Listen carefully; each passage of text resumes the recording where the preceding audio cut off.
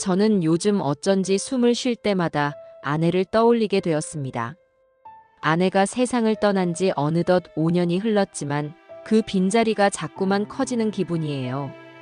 창밖을 보면 저희가 함께 가꾸던 정원의 꽃들이 시들고 다시 피며 계절을 바꿔가는데 그 모습을 볼 때마다 마음 한구석이 저릿해집니다. 그 정원은 저희의 추억이 가득한 공간이었죠. 젊었던 시절, 함께 꽃씨앗을 뿌리고 물을 주며 아이처럼 즐거워했던 기억이 선명합니다. 결혼 초에는 아내가 손수 화단을 꾸며주었어요. 저는 그때 회사 일로 바빠서 주말도 없이 일만 했지만 아내는 늘 웃으며 저를 기다려 주었습니다. 한 번씩 주말에 시간이 나면 저는 아내와 함께 땀을 흘리며 땅을 고르고 모종을 심었어요. 그리고 어느새 그 정원은 화려하고 푸른 공간으로 변했지요. 아내의 정성 때문인지 저는 힘들 때마다 그 정원을 바라보면 묘하게 마음이 편안해지곤 했습니다. 한참 시간이 지나 사업이 크게 성장하고 자리를 잡았을 때도 변치 않는 것은 아내와 정원이었어요. 그 뒤로 저희 부부는 이 저택을 마련했고 거실 창문을 열면 바로 정원이 보이게 설계했죠. 그게 우리 삶의 오랜 꿈이었거든요. 아들은 이 집에서 태어났습니다. 제가 그날도 회사에 나가 있으려 했는데 아내가 새벽부터 몸이 이상하다며 병원에 가자고 하더군요. 결국 저는 그날 갑자기 일을 접고 아내 곁에 머물렀습니다. 그리고 세상에 처음 온 아이가 바로 강준혁이었죠. 한때는 준혁이를 보며 이 녀석이 우리 가문을 빛내줄 거라고 기대가 컸어요. 아이라서 더없이 순수하고 또 한없이 사랑스러웠지요. 회사의 사업이 날로 커져갈 무렵, 저는 바삐 움직이느라 아이의 성장 과정을 곁에서 지켜보지 못했어요. 늘 미안한 마음이었지만 가족을 위해 더 좋은 환경을 만들어줘야 한다는 생각이 컸습니다. 아내도 저를 이해해 주어 늘 고마웠습니다. 하지만 그 대가가 이렇게 돌아올 줄은 예전에는 상상조차 못했어요. 제 건강은 원래부터 그리 튼튼한 편이 아니었습니다. 그래도 아내가 살아있을 때는 챙겨주는 손길 덕분인지 큰 문제 없이 잘 버텼죠. 그러다 아내가 떠난 뒤로는 점점 기력이 쇠약해지는 느낌을 받았어요. 처음엔 단순히 나이 탓이라고 생각했지만 작년부터 병원을 자주 다니게 되었습니다. 가슴이 답답하고 머리가 어지러질할 때가 늘어나서 검사도 여러 번 했죠. 아직 대단히 위중한 병은 아니라고 합니다만 의사들은 과도한 스트레스가 누적된 거라고 말했어요. 얼마 전 저는 중요한 결심을 내렸습니다. 평생 쌓아온 재산과 회사 주식을 대부분 사회에 환원하기로 한 것이죠. 겉으로는 그저 세상을 위해 무언가를 남기고 싶다는 이유라고 말했지만 사실은 아내가 늘 나중에 힘들고 어려운 사람들에게도 희망을 주면 좋겠다고 이야기해왔거든요. 그 생각을 실천에 옮기는 것, 그게 제 마지막 소명처럼 느껴졌어요. 그래서 제 변호사인 박 변호사에게 연락해 유언장을 새로 작성했습니다. 재산의 80%를 기부한다는 내용이 골자였는데 그때까지만 해도 아들과 며느리가 이토록 반발할 줄은 몰랐습니다. 물론 혼란스러워할 거라는 예감은 있었지만 이렇게까지 등 뒤에서 음흉한 계획을 꾸릴 거라고는 상상 못했어요. 그렇게 유언장 작업을 마친 뒤 저는 서재에서 한동안 가만히 앉아 있었습니다. 마음 한구석에 묘한 떨림이 느껴졌어요. 이제 정말 마지막 준비를 하는 것일지도 모르겠구나 하는 생각이 들었습니다. 아직 죽음을 두려워하지는 않지만 아내가 없는 이 세상에서 더 지체하고 싶지도 않았거든요. 저는 그저 아들에게 작은 보탬 정도만 해주고 나머지는 아내의 소망을 위해 쓰자고 마음먹었습니다. 그 결정이 모든 비극의 시작이 될 줄은 꿈에도 몰랐죠. 점점 저는 제 결정이 아들과 며느리에게 큰 불만으로 다가왔음을 느꼈습니다. 아침 식탁에서 그들의 대화나 표정이 이전과 사뭇 달랐어요.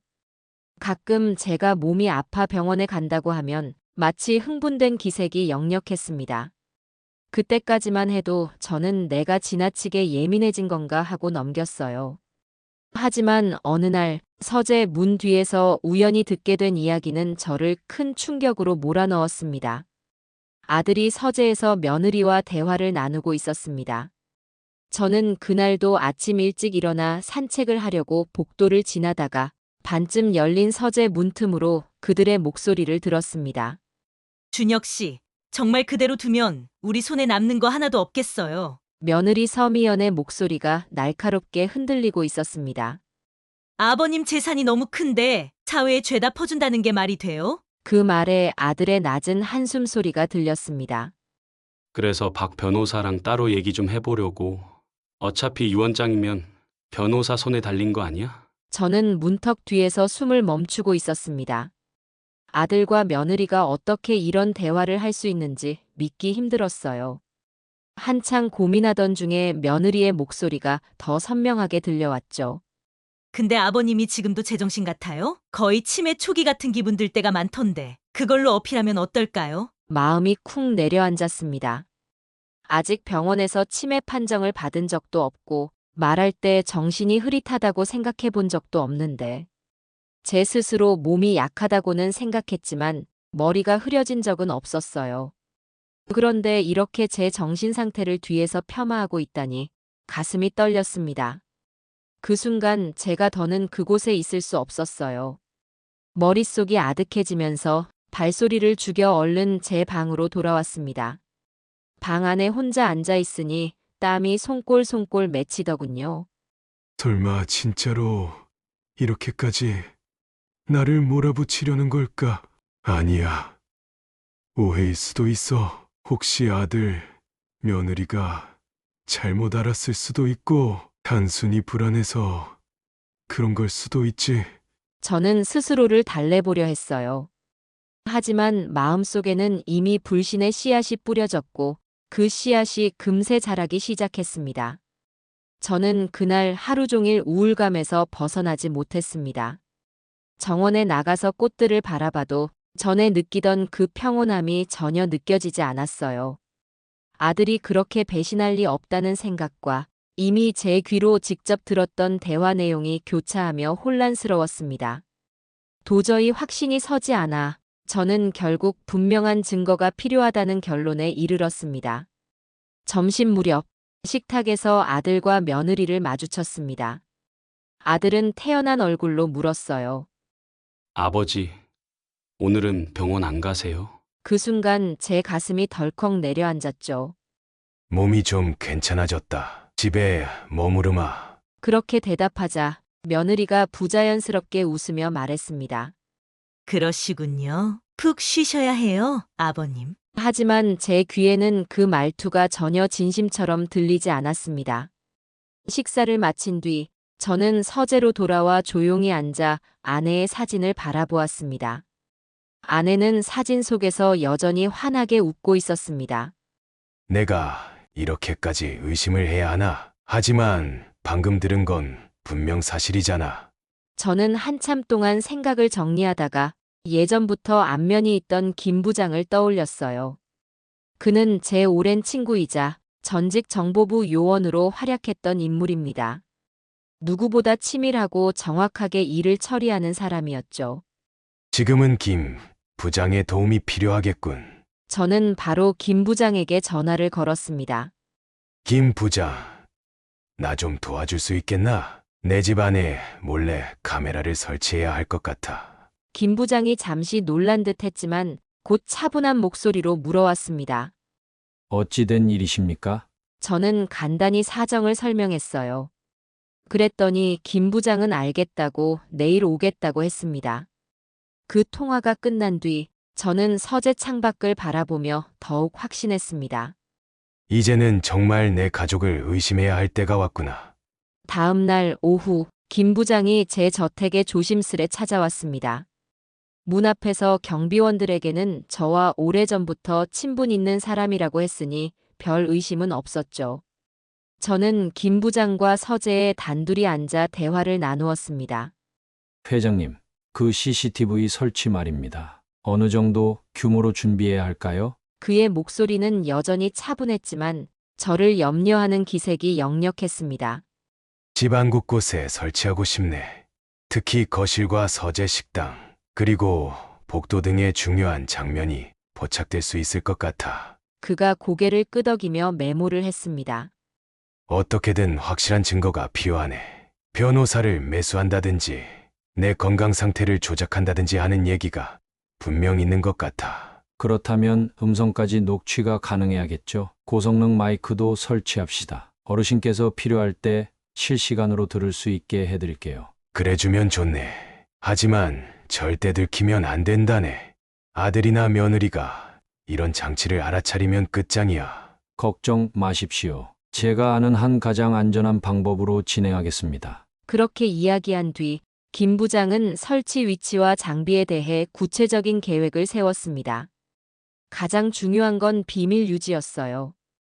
평소 아들이나 며느리가 드나드는 곳에 카메라가 눈에 띄면 안 되니까 인테리어 소품이나 벽지 구석 같은 데 숨기기로 했습니다.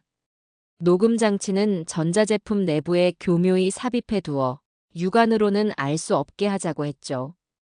김 부장은 집안 구조를 꼼꼼히 둘러보며 적절한 지점을 찾아다녔습니다. 한편 저는 복도를 지날 때마다 아들과 며느리가 혹시라도 돌아다니는지 눈치를 살폈죠. 설치 작업은 새벽 시간에 이루어졌습니다. 아들과 며느리가 깊이 잠든 시간, 혹은 병원에 동행해 나가 있는 시간을 활용해야 했거든요. 김 부장은 전문 장비를 동원해 소리 없이 움직였고, 저는 뒤에서 긴장된 마음으로 지켜봤습니다. 오랜 시간에 걸친 작업 끝에 거실과 식당 서재, 복도 곳곳에 초소형 카메라와 마이크가 자리 잡았어요. 저는 그 모습을 보니 마음이 착잡했습니다. 언젠가 손주들이 뛰어놀 공간이었는데 여긴 이제 의심과 배신의 무대가 되었구나. 다음 날 아침, 저는 김 부장과 함께 설치 장치들을 최종 점검했습니다. 회장님, 여기 노트북 보이십니까? 이걸로 모든 CCTV 화면을 확인하실 수 있어요. 실시간 스트리밍도 가능하고 녹화된 영상은 자동으로 저장됩니다. 알겠네. 꼭 필요한 순간까지는 나도 자주 들여다보지 않겠네. 사실 저는 쉽게 이 화면을 열어보고 싶지 않았어요. 만약 그 안에 충격적인 장면이 담긴다면 제 마음이 얼마나 무너지겠습니까?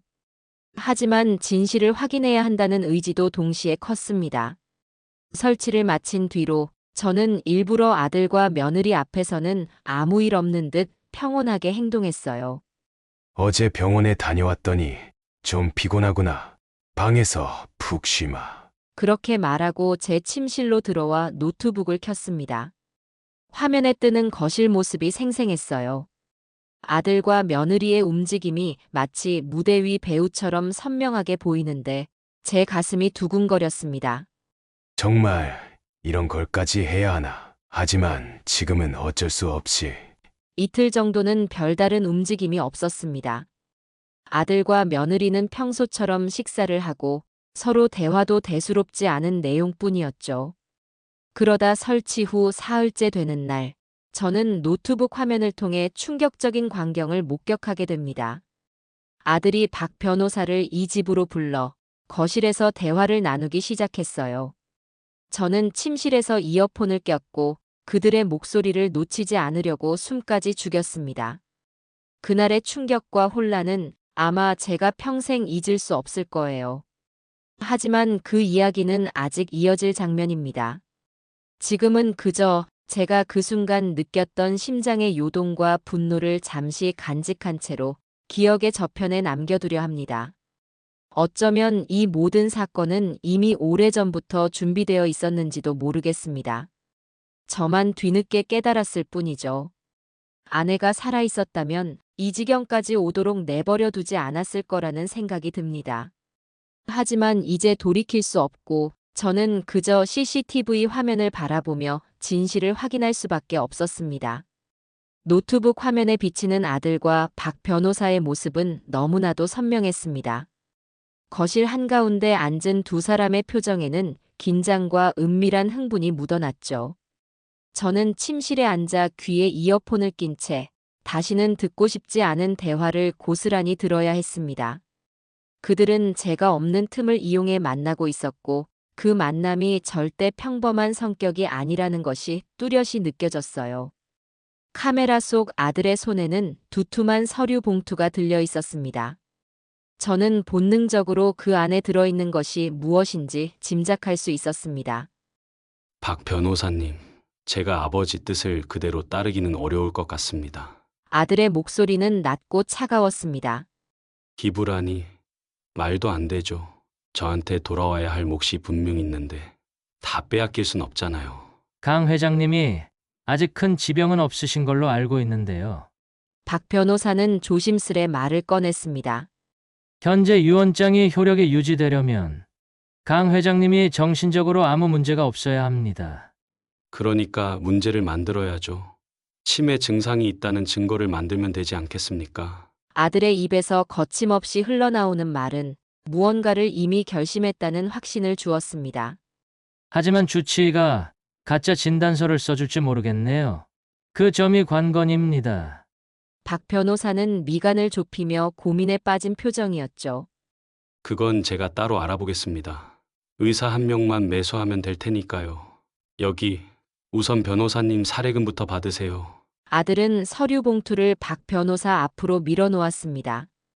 봉투가 탁자 위에서 미끄러지며 안에 들어있는 돈 묵직한 느낌이 화면 너머까지 전해졌어요.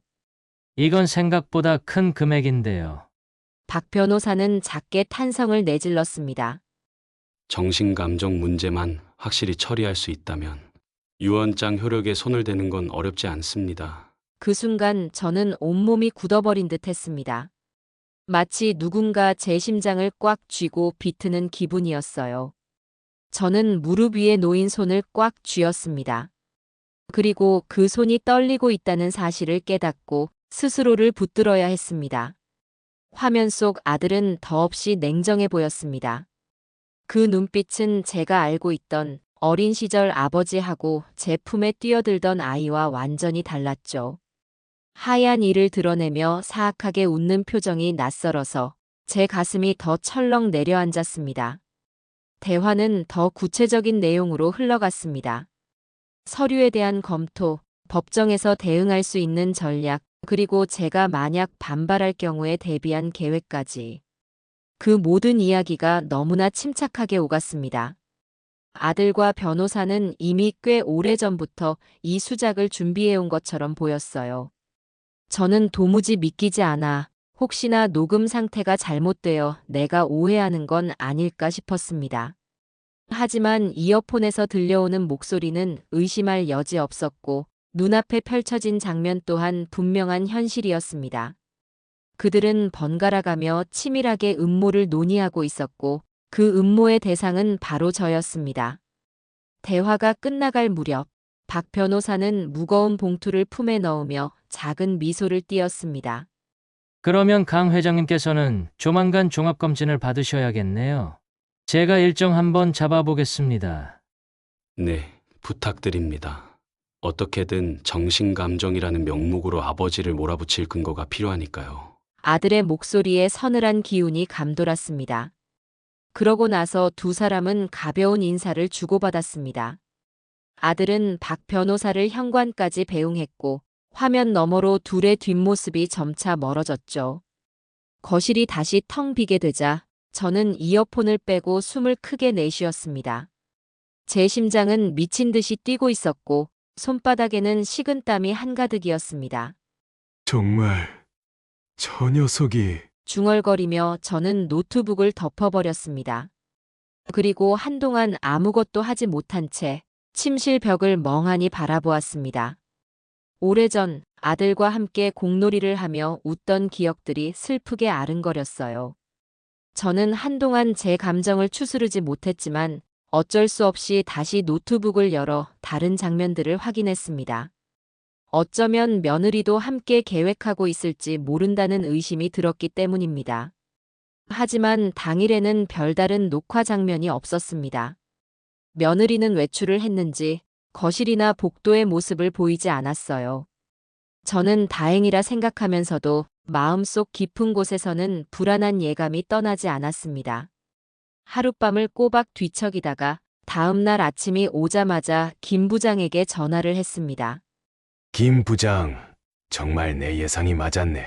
준혁이가 변호사에게 뇌물을 줘서 내 정신 상태를 문제 삼으려 하고 있어. 그렇습니까? 회장님, 더 확실한 증거들이 필요합니다. 혹시 며느리 쪽 움직임도 살펴보셔야 할 것 같은데요. 그래야겠지.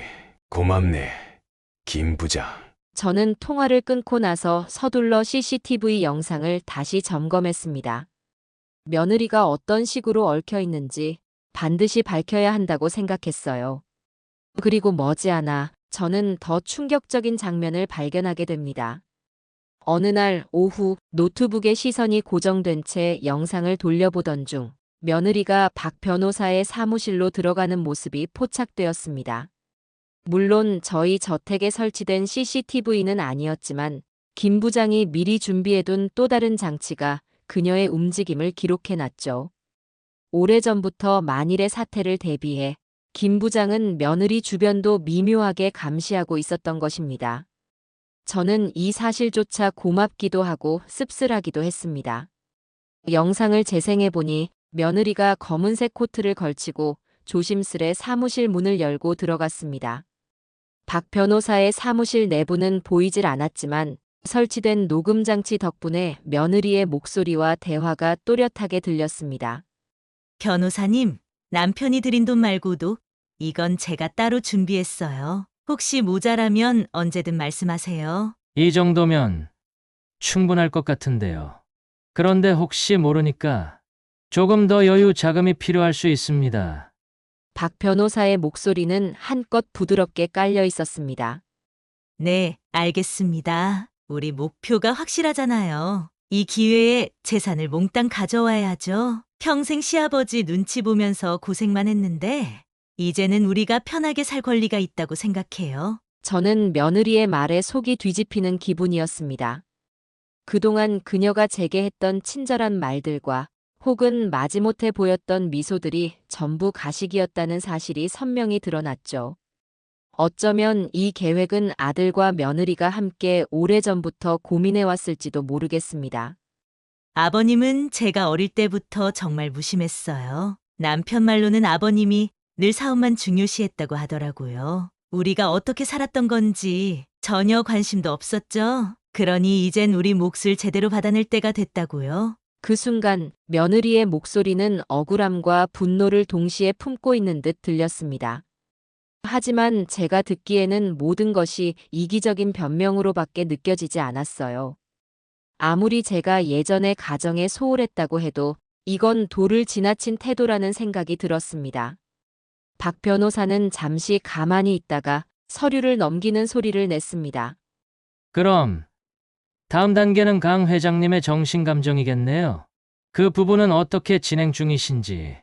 남편이 의사를 알아보고 있어요. 뒷돈이면 뭐든지 가능하니까 큰 어려움은 없을 거예요. 저는 이 대목에서 분노를 삼킬 수가 없었습니다. 아들과 며느리가 제 건강을 가지고 이렇게 장난을 치려고 하다니. 지금껏 그들을 믿으며 한 집에서 살아온 지난 시간들이 너무나 허무해졌습니다. 대화는 한참이나 더 이어졌고 며느리는 박 변호사에게 여러 가지 서류를 건네주는 듯 했습니다. 이건 시아버지께서 그동안 작성해 두신 문서들인데 혹시 몰라서 몰래 사본을 떴어요. 약점이 될 만한 게 있다면 찾으셔서 활용해 주세요. 박 변호사는 작은 탄성을 내질렀습니다. 어휴, 이 정도 서류라면 충분히 아드님 쪽에 유리하게 역이용할 수 있겠습니다. 회장님이 자칫 과거에 무리하게 사업을 진행했다는 인상만 줘도 재판이나 공증 과정에서 불리하게 만들 여지가 있죠. 영상 밖에서도 저는 뭔가 철렁 내려앉는 느낌을 받았습니다. 제 과거 사업과 관련된 문서들 중에는 분명 세세히 까발려지면 껄끄러운 부분이 있을 수도 있었어요. 물론 불법까지는 아니었지만 경쟁사와의 치열한 대립이나 내부적으로 추진했던 몇 가지 합병 과정 등 오해를 살 만한 자료가 없지 않았으니까요. 그리고 그것을 며느리가 엿보고 있었다니 정말 치가 떨렸습니다. 대화의 말미에 며느리는 한껏 자신감 넘치는 목소리로 이렇게 말했습니다. 아버님이 젊었을 때 무리해서 돈을 벌었다는 이미지를 만들어서 지금의 판단 능력도 의심하게 만들면 되죠? 어떤 식으로든 불안정한 정신을 증명할 빌미가 필요한 거예요. 그 말이 끝나자 박 변호사는 낮게 웃었습니다. 알겠습니다. 조만간 다시 연락드리겠습니다. 계획대로 진행되면 많은 부분에서 유리하게 작용할 겁니다. 그렇게 녹음은 끝났고 며느리가 사무실 밖으로 나가는 장면이 잠시 후에 화면에 잡혔습니다. 저는 마치 누군가 뒤통수를 세게 얻어맞은 듯 자리에서 일어날 수가 없었습니다. 이토록 체계적으로 음모를 꾸밀 줄은 상상도 못했거든요. 그리고 또 한 가지, 제 머릿속을 스쳐가는 의문이 있었습니다. 도대체 얼마나 오래전부터 나를 속여온 걸까? 아들은 어린 시절부터 한결같이 무심한 편이었지만 적어도 제 앞에서는 존중하는 척이라도 했습니다. 며느리 역시 마찬가지였고요. 하지만 이제 그 모든 게 연극이었다고 생각하니 참담함과 분노가 뒤섞여 가슴속에서 소용돌이를 쳤습니다. 한편 저는 이런 증거들을 그냥 놔두고만 있을 수 없다고 느꼈습니다. 그렇다고 지금 당장 직면해서 큰 소리를 낼 수도 없었어요. 그들에게 또 다른 대비책을 마련할 시간을 줄 뿐이니까요. 저는 더 신중하게 움직이기로 했습니다. 그날 저녁 아들과 며느리가 돌아온 뒤에도 저는 평소처럼 침착하게 행동했습니다. 식사 자리에서 어색한 미소를 지어 보였고 아들이나 며느리의 눈치를 살폈습니다. 둘은 제가 전혀 이상한 낌새를 못 챈 줄 알고 오히려 더 자연스럽게 이야기를 주고받았어요. 저는 최대한 표정을 감춘 채 집안 분위기에 맞춰 작은 농담까지 건네보았습니다. 그러나 속으로는 내일이면 어떤 녹화나 녹음이 추가로 남겨질지 그것만을 생각하며 잠자리에 들었습니다. 그리고 이튿날 마침내 그들이 의사를 매수하려는 흔적을 노골적으로 드러내기 시작했죠. 저는 또 다른 영상을 통해 아들과 며느리가 제 주치의를 찾아가는 장면을 확인했습니다. 주치의가 있는 병원 복도에서 아들이 기다리고 있다가 며느리를 맞이하더군요. 저는 김 부장이 설치해둔 녹음 장치 덕분에 그들의 대화를 적나라하게 들을 수 있었습니다. 우리 교수님은 신념이 꽤 강하신 분이라던데 그래도 돈이면 다 되겠죠? 며느리가 희죽 웃으며 아들 쪽으로 몸을 숙였습니다. 걱정 마. 박 변호사가 이런 쪽으로는 수완이 좋잖아. 교수님도 사람인지라 어떤 식으로든 우리 제안을 받아줄 거야. 하지만 예상 외로 주치의는 그들을 단칼에 거절했습니다. 무슨 소리합니까? 강 회장님은 아직 정신이 또렷하시고 전혀 치매 증상이 없어요. 저에게 가짜 진단서를 쓰라고 하시다니 의사 윤리를 농락하는 겁니까? 병원 복도 쪽으로까지 고성이 새어나오는 듯 했지만 아들과 며느리는 결국 빈손으로 돌아갔습니다. 그리고 화면 속 아들의 표정은 굳어 있었습니다. 젠장, 이 정도 돈으로는 넘어오지 않는단 말이야. 아마 더 거액을 제시해도 소용없을 것 같아. 그가 주치의 사무실 문을 쾅 닫고 나오며 씩씩거렸습니다. 그러면 다른 의사를 알아보자고요. 굳이 주치의가 아니더라도 나이 많은 환자라면 다른 병원 기록 하나만 살짝 바꿔도 되잖아요. 며느리 역시 전혀 포기할 기색이 없었습니다. 두 사람은 복도 끝으로 사라지면서도 계속 뭔가를 의논하고 있었습니다. 그들의 목소리가 끊긴 후 저는 한참 동안 노트북 화면을 멍하니 바라보다가 다시금 결심을 굳혔습니다. 여기서 그들을 막지 않으면 더 파렴치한 방식으로 접근할 게 불보듯 뻔했습니다. 그렇다고 해서 당장 경찰에 고발하거나 공론화해서 스캔들을 키우는 건 다른 문제였습니다. 이는 단순한 가족 문제라고 치부하기엔 이미 제 재산과 명예가 걸린 너무나도 큰 사건이었고 회사의 주주나 이해관계자들에게도 치명상을 줄 수 있었습니다. 저는 더 철저하고 확실한 방법으로 그들의 음모를 폭로해야 한다고 생각했어요. 결국 김 부장과 상의 끝에 저는 제 오랜 지인이자 유능한 변호사로 이름 높은 정 변호사를 찾아가기로 결정했습니다. 정 변호사는 한때 대법원장직까지 역임한 인물로 법의 허점을 꿰뚫고 있는 베테랑이었습니다.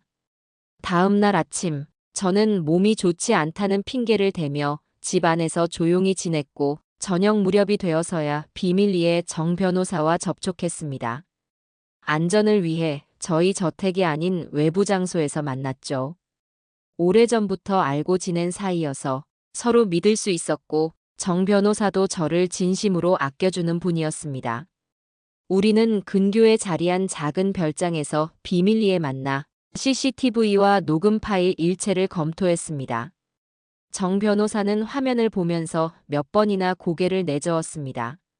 이건 상상을 초월하는 파렴치한 행위입니다. 어떻게 이럴 수 있습니까? 나도 믿고 싶지 않네. 하지만 지금은 이걸 토대로 조용히 법적 조치를 준비해야 할 것 같네. 그렇죠. 앞서 작성하셨던 유언장도 다시 손보셔야겠어요. 박 변호사가 물러서지 않고 끝까지 어떻게든 조작하려 들 테니까요. 저는 그 자리에서 정 변호사와 함께 새로운 유언장을 초안으로 만들어 봤습니다. 기존에는 재산의 80%를 기부하고 나머지를 아들에게 일부 남겨둔 형태였지만 이제는 생각이 달라졌습니다. 이런 자식에게 무슨 유산을 남겨야 한단 말인가? 나는 오히려 더 많은 금액을 사회에 돌려야겠어. 결국 우리는 재산의 99%를 공익재단으로 옮기는 조항을 마련하고 그 남은 1%조차도 아들이 제정신으로 반성하고 새 출발할 때에만 준다는 조항을 달았습니다. 더 나아가 회사 주식 대부분을 공익재단에 넘기고 아들이나 며느리가 경영에 개입할 수 없도록 철저히 방어 장치를 마련했죠. 이 정도면 설령 박 변호사가 법적 분쟁을 걸어온다고 해도 회장님 쪽에서 훨씬 유리하실 겁니다. 정 변호사가 서류를 살펴보며 긍정적으로 평가했습니다. 알겠네. 그럼 내가 돌아가면 일단 저들과 대면할 날짜를 잡도록 하지. 가족회의라는 명목으로 모두 불러서 한 번에 정리해야 할 것 같네. 그렇게 이야기를 마무리하고 우리는 별장을 나섰습니다. 저는 돌아가는 차 안에서 창밖으로 서서히 저물어가는 해를 바라보았습니다. 내가 이렇게까지 해야 하다니. 하지만 그래야만 하는 상황이 되어버렸군. 다음 날 저는 집에 돌아오자마자 아들과 며느리에게 메시지를 보냈습니다. 내일 오후 3시에 거실로 모이게나. 유언장과 재정 문제에 대해 할 이야기가 있네. 그들은 메시지를 받고 표정이 싱글벙글해졌습니다. 제가 아직 녹화를 보고 있다는 사실을 모르니까요. 아들은 며느리에게 살짝 속삭이듯 말하더군요.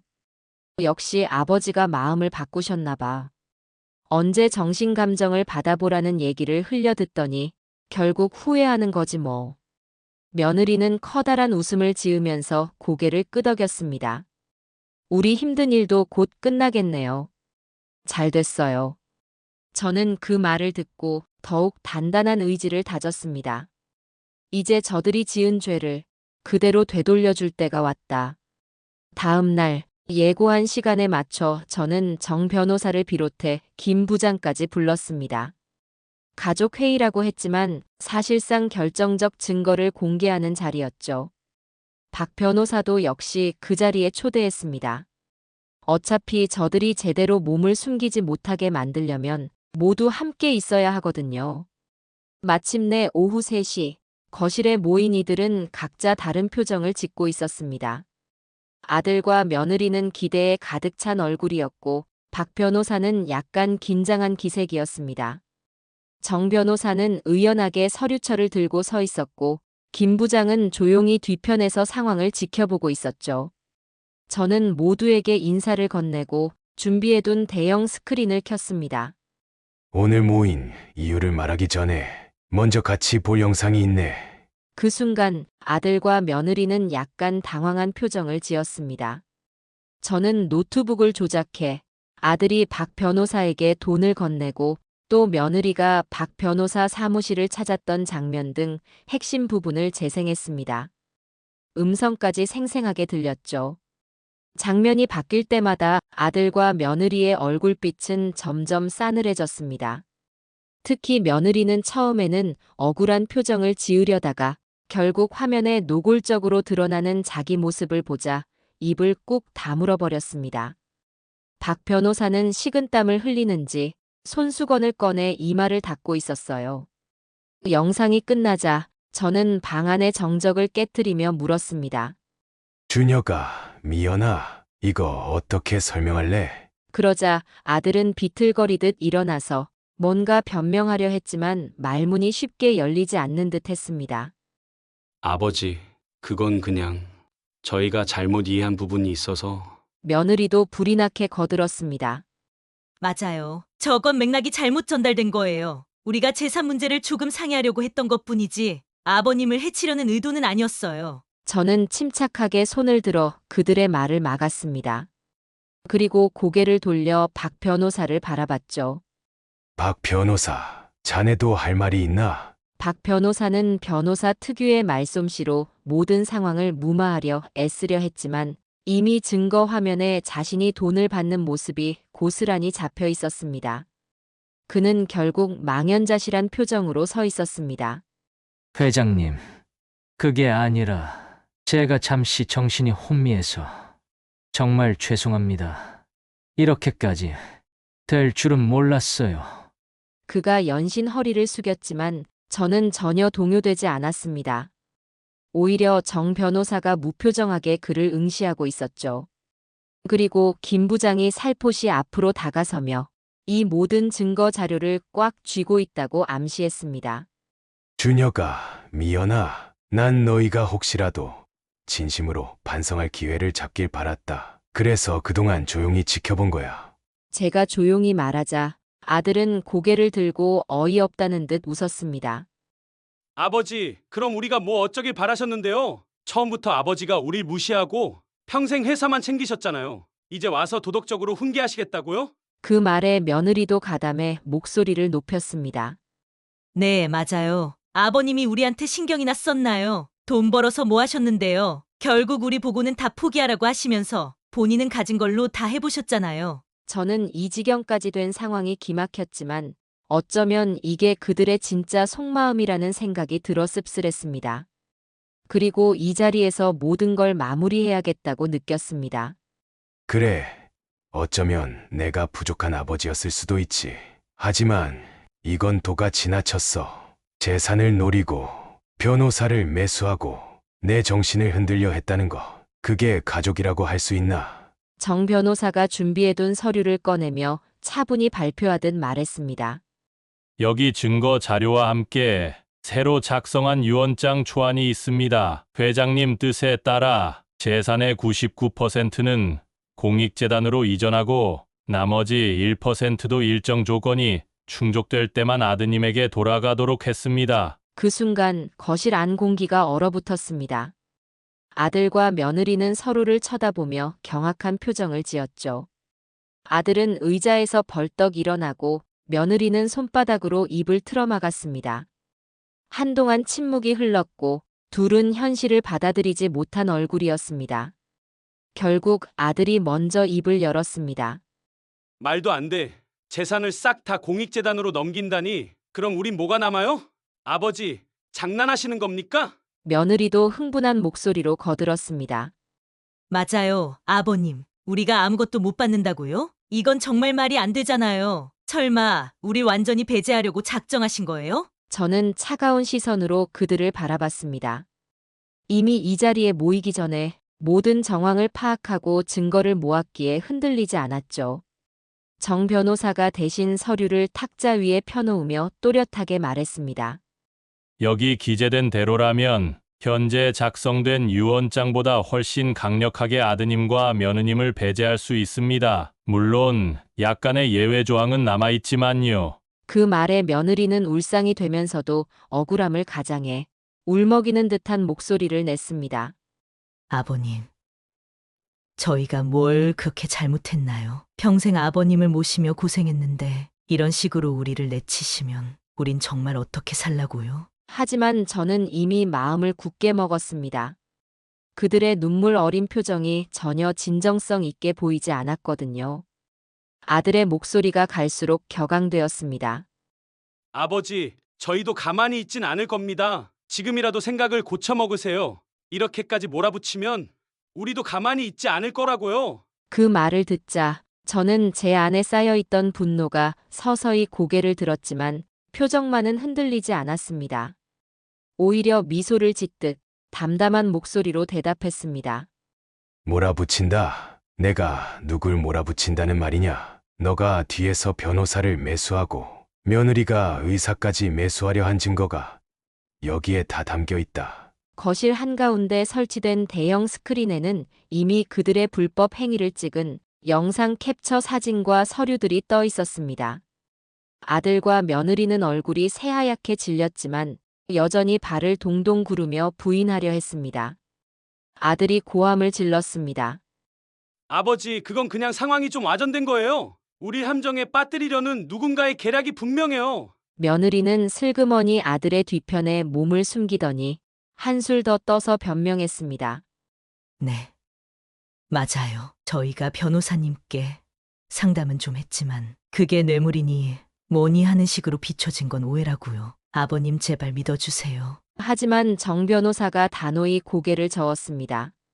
이미 금액이 적힌 봉투를 전달하는 장면, 그리고 유언장을 불리하게 바꾸도록 종용하는 대화가 고스란히 녹음돼 있습니다. 오해라고 하기엔 너무나 명백합니다. 그는 탁자 위에 봉투 사진과 함께 녹취록의 일부 내용을 인쇄한 서류를 펼쳐 보였습니다. 거기에는 아들이 직접 박 변호사에게 사례비로 5억 원을 건넨 정황이 적나라하게 기록되어 있었습니다. 며느리의 비상금 운운하던 내용도 그대로였죠. 그 장면을 본 아들과 며느리는 더 이상 할 말을 찾지 못한 채 고개를 숙였습니다. 잠시 후 아들이 억지로 허탈한 웃음을 흘리며 고개를 들었습니다. 그래요. 우리가 한두 번 그런 얘기를 했다고 칩시다. 그렇다고 해서 아버지가 이렇게 우릴 한 방에 내칠 수 있다고 생각하세요? 아들의 눈빛에는 마지막 자존심 같은 게 섞여 있었습니다. 자신이 이 집의 적통이라는 자부심이겠지요. 그는 악에 받친 목소리로 덧붙였습니다. 어차피 아버지 죽으면 이 집도 회사 지분도 다 내 차지가 될 텐데 뭐가 그리 급하셔서 이러는 겁니까? 우리도 우리 나름대로 생각이 있다고요. 그 순간 김 부장이 뒤에서 헛기침을 하며 말했습니다. 준혁 씨, 이미 법적으로 상황이 달라진 걸 모르십니까? 강 회장님이 이 저택과 재산 전부를 재단으로 이전한다면 설령 회장님께서 돌아가셔도 자동으로 공익재단 소유가 됩니다. 유언장을 보셔서 알겠지만 이건 아주 빈틈없이 작성된 서류예요. 정 변호사도 거들었습니다. 재판 과정을 거치면 강준혁 씨와 서미연 씨는 사실상 상속권을 상당 부분 박탈당할 공산이 큽니다. 거기에다가 변호사 매수와 유언장 조작 기도는 엄연히 불법 행위입니다. 곧 민형사상 처벌도 받을 수 있다는 걸 알아두셔야 합니다. 아들은 견디다 못해 테이블을 손바닥으로 세게 내리쳤습니다. 끝까지 처벌 받아줄게요. 근데 아버지가 진짜 이러실 거예요? 어차피 우리한테서 벗어나고 싶어서 이러는 거라면 차라리 날 낳지 말지 그러셨어요. 그 말이 튀어나오자 며느리도 마치 기다렸다는 듯 울분을 터뜨렸습니다. 저도 똑같아요. 아버님이 재산을 기부하시든 말든 저희한테 한마디 상의 없이 이렇게 통보만 해버리니 우리가 무슨 헛수아비예요? 가족이라고 부르던 게 다 거짓말이었나요? 두 사람의 항의와 분노가 거실 안을 온통 뒤흔들었지만 저는 이미 흔들리지 않을 결심을 하고 있었습니다. 그들이 틈새를 찾아 해명하거나 동정심을 유발할 여지를 주지 않기로 마음먹었죠. 조용히 숨을 고른 뒤 고개를 들어 두 사람을 번갈아 바라봤습니다. 그리고 낮은 목소리로 말했습니다. 아직 재판 절차나 다른 과정이 남아있긴 하다만 너희가 이런 음모를 꾸몄다는 사실은 절대로 덮을 수 없어. 난 이미 법적으로도 만반의 준비를 해놨다. 이 저택에서 나가거라. 단호한 어투였습니다. 그 말을 들은 며느리는 눈물을 글썽이며 바닥을 내려다보았고 아들은 이를 악문 채 거칠게 숨을 몰아쉬었습니다. 잠시 누가 먼저 말을 꺼내나 팽팽한 침묵이 돌았는데 이내 아들이 또다시 목소리를 높였습니다. 이 집에서 나가라고요? 어이가 없네요. 어차피 아버지 죽으면 이 집도 내가 물려받게 되어 있어요. 내가 주인이 될 곳에서 왜 내가 나가야 합니까? 그는 마지막 발악이라도 하듯 서류 더미를 집어던지려는 기세였습니다. 그러나 김 부장이 한 발짝 다가가 준혁 씨, 안타깝지만 지금은 예전과 상황이 다릅니다. 자세한 내용은 변호사를 통해 확인하시죠. 하고 낮게 제지했습니다. 정 변호사가 태연히 기침 한 번 하더니 서류를 정돈하며 다시 입을 열었습니다. 앞으로는 법정에서 만나시게 될 겁니다. 회장님께서 이미 변호사협회와도 접촉해 두셔서 박 변호사 역시 변호사 자격 정지 처분을 면하기 어려울 것 같습니다. 민형사 소송에 대비하시죠. 며느리는 그제야 눈물을 닦으며 최대한 불쌍해 보이려는 표정을 지었습니다. 아버님, 제가 이렇게까지 하고 싶진 않았어요. 그냥 우리가 조금이라도 안정적으로 살 수 있을까 해서 변호사님을 찾아갔던 거예요. 이런 식으로 끝쟁을 보려고 한 건 아니었단 말이에요. 그러자 아들이 그녀의 팔을 붙잡고 함께 울분을 토하듯 목소리를 낮췄습니다. 그래, 우리한테도 사정이 있었다고요. 아버지야 평생 회사만 중요시했고 우릴 제대로 챙기신 적이 있긴 해요. 결국 우리도 살기 위해 발버둥 친 건데 왜 이렇게 매정하시냐고요. 저는 그들의 호소를 묵묵히 들었습니다. 확실히 제 과거가 부정할 수 없게 바빴고 가정을 돌볼 겨를이 적었던 건 사실이니까요. 하지만 그 때문에 이렇게까지 파렴치한 행동을 해야 했던 거냐고 묻고 싶었죠. 한 번이라도 솔직하게 말했으면 달라졌을지도 모르지. 하지만 너희는 내 등을 뒤에서 찌르려 했어. 그리고 그 증거들이 이미 여기에 다 준비되어 있지 않나? 가리킨 곳에는 녹취록과 CCTV 캡처 사진들이 가득했습니다. 멀리서 지켜보던 박 변호사는 고개를 푹 숙인 채 얼굴이 벌개져 있었습니다. 아들과 며느리의 배신에 적극 가담했던 본인의 죄가 막중하다는 걸 알고 있으니 변명도 못하는 모양새였죠. 정 변호사가 마지막으로 문서를 펼쳐 보이며 선언했습니다. 이제 이 유언장에 적힌 내용은 회장님이 원하시는 대로 최종 확정 절차에 들어갈 겁니다. 거기에 더해 박 변호사를 상대로 한 징계 및 민형사 소송, 그리고 준혁 씨 부부가 기도했던 유언장 조작 시도도 정식으로 고소될 예정입니다. 아들과 며느리는 그 말을 듣고 완전히 맥이 풀린 듯 의자에 털썩 주저앉았습니다. 서로를 원망스레 바라보는 눈빛이었지만 둘 다 어떻게든 이 상황을 뒤집을 방법을 찾으려 애쓰는 기색이 역력했습니다. 아들이 신경질적으로 머리카락을 쓸어올리며 다시 한번 외쳤습니다. 아버지, 제발 한 번만 기회를 주세요. 우리가 잘못했어요. 그리고 우리가 이러려고 했던 것도 아버지가 그동안 너무나 무심했기 때문이라고요. 며느리도 재빨리 손을 모으며 고개를 숙였습니다. 네. 아버님, 다시 한 번만 생각해 주세요. 우리가 착각한 거였어요. 정말로 죄송합니다. 앞으로는 달라질게요. 믿어주세요. 그러나 저는 이미 마음을 닫았습니다. 그토록 냉혹하게 절 속이려 했던 주제에 이제 와서 반성이라고 말해봐야 공허하게 들릴 뿐이었습니다. 충분히 들었다. 난 더 이상 너희에게 줄 믿음이 남아있지 않다. 제 목소리는 낮았지만 분명했습니다. 그때 며느리가 느닷없이 표정을 싹 바꿔서 비웃는 듯한 미소를 지었습니다. 좋아요. 그럼 이렇게 나오시겠다? 어차피 우리한테 돌아올 목표 이미 충분히 뺏어가셨잖아요. 우린 가만히 있지 않을 겁니다. 사회적 파장 따위 신경 안 쓰시나 봐요? 되게 웃긴 시아버지네. 아들도 이내 같은 표정으로 돌아섰습니다. 맞아요. 아버지, 이게 끝이 아니에요. 회사가 어디 깨끗한 돈으로만 돌아갔습니까? 과거의 불법까지는 아니어도 편법과 편법을 거쳐 여기까지 온 거 모르는 사람 없다고요. 그걸 다 까발리고 싸워볼 겁니다. 저 무시하시면 큰 코 다칠걸요? 두 사람의 적의가 전면적으로 드러났습니다. 하지만 저는 이미 이런 협박쯤은 예상하고 있었습니다. 정 변호사가 씁쓸하게 웃으며 차분한 목소리로 말했습니다. 그 점도 미리 대비했습니다. 회사 내부 문제는 대부분 주주총회와 감사 절차를 통해 정리했으며 특별히 불법 사항은 없었다는 결론이 났습니다. 혹시 의혹을 제기하신다면 저희도 법적으로 충분히 대응할 수 있습니다. 김 부장이 일어서며 한 걸음 다가섰습니다. 준혁 씨, 미연 씨, 더 이상 이곳에 계시면 강 회장님께 불편만 끼치실 뿐입니다. 이제 그만 물러나시는 게 좋겠습니다. 아들과 며느리는 억울함을 참지 못해 연신 눈물을 흘리고 발을 구르며 자리를 뜨지 않으려 했지만 결국 모든 근거가 제시된 상태에서 버틸 명분이 없었습니다. 저는 그들에게 명확히 말했죠. 너희가 나가면 작은 전셋집 하나와 얼마간의 생활비 정도는 마련해 줄 생각이다. 그 이후를 어떻게 살아가든 전부 너희 몫이다. 이 집과 내가 가진 재산은 너희 손에서 완전히 떠났다. 그것이 제 마지막 선이었습니다. 그러자 아들은 끝까지 반발하며 소리를 질렀습니다. 차라리 날 낯을 말지 그랬어요. 차라리 태어나지 않았다면 이렇게까지 서럽진 않았을 거 아닙니까? 아우, 짜증나. 그 말이 비수처럼 꽂혔지만 저는 표정을 바꾸지 않았습니다. 오히려 한숨을 내쉬며 그들에게서 시선을 걷어 거실 벽에 걸린 아내의 사진을 잠시 보았습니다. 그리고 고개를 돌려 마지막으로 말했습니다. 나도 같은 심정이다. 내가 너를 낳고 이렇게까지 고통스럽게 될 줄은 몰랐다.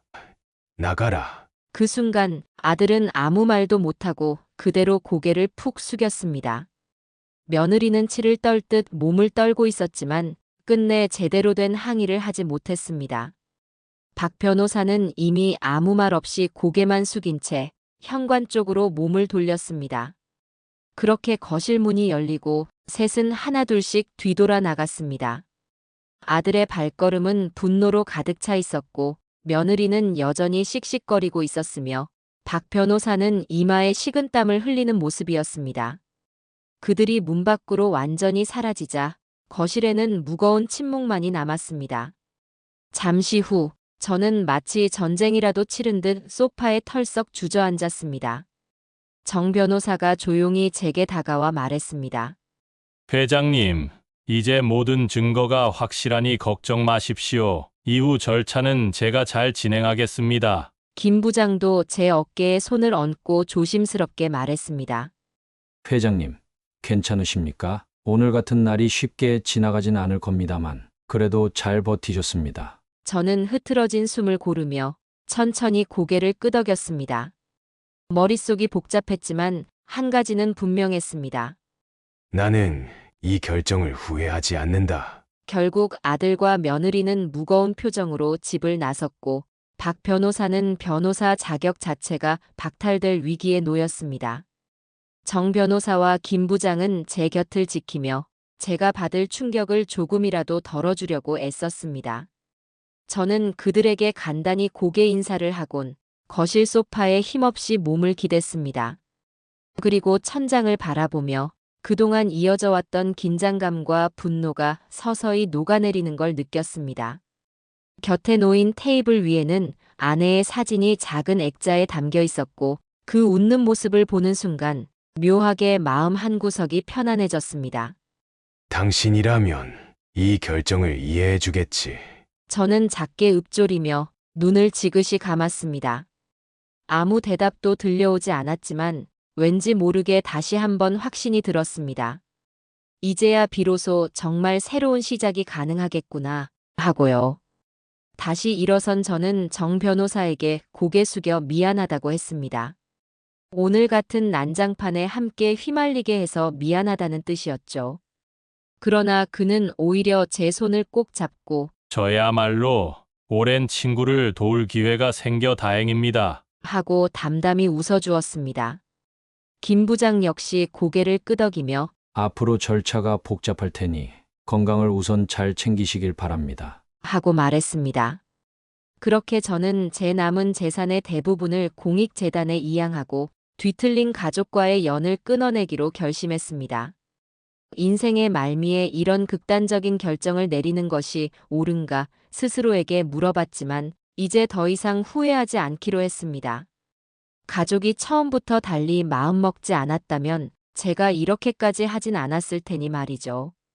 그날 밤 서재에 들러 아내의 사진을 한참 바라보다가 잠에 들었습니다. 돌아보면 힘겨웠던 동시에 가장 단단해진 하루이기도 했습니다. 이제 남은 길은 정말로 저를 필요로 하는 이들에게 재산을 나누고 그 과정을 통해 새로운 의미를 찾는 것입니다. 아들은 분명 반발할 테지만 시간이 흐른 뒤 스스로 깨닫게 될 날이 올 수도 있겠죠. 그렇지 않아도 상관없습니다. 저는 제 해야 할 일을 할 뿐이니까요. 다음 날 아침, 거실 창문을 열자 우리가 함께 가꿨던 정원이 한눈에 들어왔습니다. 비록 아들은 이 아름다움을 외면했지만 이곳은 여전히 제게 소중한 추억의 공간입니다. 그리고 아내가 남긴 마지막 선물처럼 느껴지기도 해요. 가끔 정원의 꽃들을 보며 저는 내일을 준비합니다. 그 내일이 길지 않을 수 있어도 최소한 부끄럽지 않은 결말을 남기고 싶으니까요. 아마 이 결정이 저의 최후라 해도 후회는 없을 것입니다. 이미 한때 사랑했던 가족이 배신으로 돌아섰지만 그로 인해 저는 스스로를 지키는 길을 찾았다고 믿습니다. 누군가는 제 선택을 두고 혹독하다고 말할 수도 있겠지만 최소한 더 이상 허무한 희망에 매달리지 않고 제 방식대로 삶을 정리할 수 있다고 느끼니까요. 그렇게 모든 진실이 밝혀진 뒤 집안은 묘하게 평온했습니다. 텅 빈 복도와 고요한 식탁, 그리고 창밖에 살랑이는 정원 풍경이 말없이 저를 위로하는 듯 느껴졌습니다. 저는 긴 호흡을 내쉰 뒤 다시 한번 아내의 사진 앞에 다가섰습니다. 당신이 보고 있다면 내가 과연 올바른 선택을 했는지 말해줬으면 좋겠어. 그 말이 허공에 흩어지는 동안 왠지 모를 평온함이 제 마음을 감싸왔습니다. 천천히 서재 문을 닫고 재단 설립과 관련한 새로운 서류들을 챙겨들었습니다. 앞으로도 해야 할 일은 많겠지만 더 이상 망설이지 않을 것 같습니다. 그래서 저는 이른 시일 안에 병원을 찾아 건강검진을 받으려 합니다. 그리고 공익재단 설립 준비도 마무리 지을 계획입니다. 이제 제 머릿속은 온통 어떻게 하면 더 많은 이들에게 도움이 될까라는 생각으로 가득 차 있습니다. 제 마지막 시간이 언제 찾아와도 이런 고민 속에서 하루하루를 마무리한다면 그걸로 충분하겠죠. 아들과 며느리는 어디에선가 서로를 탓하며 살겠지만 언젠가 진심으로 후회하고 돌아올지 알 수 없습니다. 그때 제가 어떻게 대할지는 아직 모릅니다만 확실한 건 더 이상 그들에게 흔들리지 않을 거라는 사실입니다. 제 삶의 마지막까지 책임지는 건 오로지 제 몫이니까요. 저녁 노을이 붉게 물들어갈 즈음 문득 그날 CCTV 설치를 결심하던 순간이 떠올랐습니다. 처음엔 가족을 의심하는 게 너무나 괴로웠지만 결국 그 선택이 제게 자유를 줬습니다. 때로는 진실이 가장 큰 상처이면서도 그 상처를 직시함으로써 비로소 홀가분해질 수 있음을 깨달았습니다. 이제 저는 더 이상 미련과 후회에 묶이지 않으려 합니다. 새로운 아침이 오면 이 집 정원을 둘러보며 아내를 떠올릴 겁니다. 그리고 재단 설립을 공식 발표하고 한 걸음씩 남은 길을 걸어가겠지요. 비록 가족이라 부르던 사람들이 등을 돌렸어도 앞날은 이미 어둡지 않아 보입니다. 그렇습니다. 이것이 제 복수이자 인생의 마지막 선택입니다. 이제 더는 뒤돌아보지 않으리라 다짐하며 저는 서재에 불을 껐습니다. 어둠 속에서 아내의 사진이 희미하게 빛났고 저는 그 빛을 타고 번지는 작은 미소를 지었습니다. 그렇게 또 하루가 저물고 내일은 새로운 날이 시작되겠죠. 앞으로 맞이할 시간들은 이전과 전혀 다른 의미를 품고 있을 겁니다. 아들과 며느리를 향한 원망과 슬픔을 내려놓고 그 자리에 더 따뜻한 가치를 채워넣을 수 있도록 노력하겠습니다. 그것이야말로 아내와의 약속을 지키는 길이라고 믿습니다. 그리고 결국 제가 남은 삶을 살아가는 이유가 될 테니까요. 아들과 며느리가 어떻게 살아가든 이제는 관심 없습니다. 그들이 어떤 선택을 하든 어떤 삶을 살든 그것은 이제 전적으로 그들 몫입니다.